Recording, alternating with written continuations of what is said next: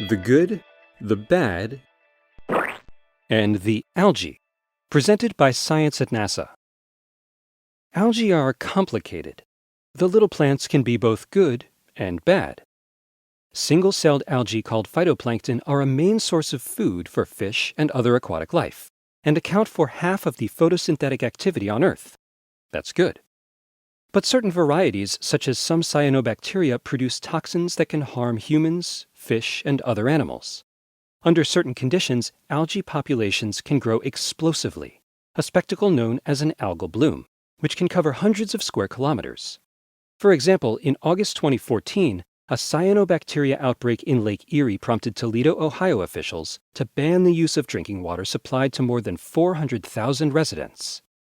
In the United States alone, freshwater degradation from bad algae costs the economy about $64 million a year.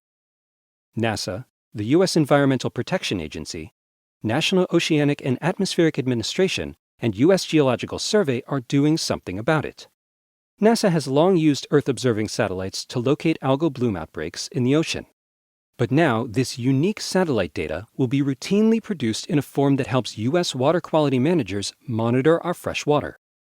Water quality managers will soon, with a peek at their cell phones, have an answer to, "How's the water?"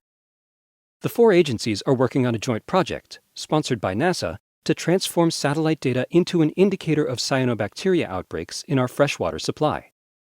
The data will be integrated into an EPA Android smartphone application so environmental officials can see, at a glance, the condition of a specific water body. With our app, you can view water quality on the scale of the U.S., and zoom in to get near real-time data for a local lake, explains the EPA's Blake Schaefer, principal investigator for the project.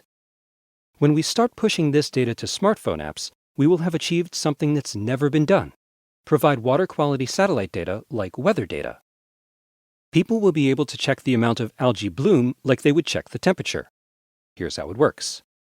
A harmful species of cyanobacteria emits chlorophyll and fluorescent light at various points in their life cycles. Landsat and NASA's Moderate Resolution Imaging Spectroradiometer, or MODIS, can detect these ocean color signals, which reveal the location and abundance of cyanobacteria. The project team will collect this data for freshwater bodies and convert it into a form accessible through web portals and the EPA mobile app. In addition to MODIS, they'll draw data from the European Space Agency's Sentinel-2 and Sentinel-3.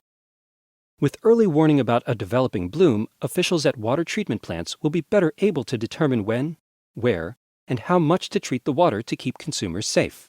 That means unnecessary and expensive overtreatment may be avoided. The data will also help park managers alert swimmers, boaters, and other recreational users to hazardous conditions. Says NASA Administrator Charles Bolden, "We're excited to be putting NASA's expertise in space and scientific exploration to work, protecting public health and safety." The project will also help scientists understand why bad algae outbreaks occur. By comparing the color data with land cover change data, they'll learn more about environmental factors that spur algal growth. The result? Better forecasts of bloom events, so we'll know when an algae bloom is safe or harmful.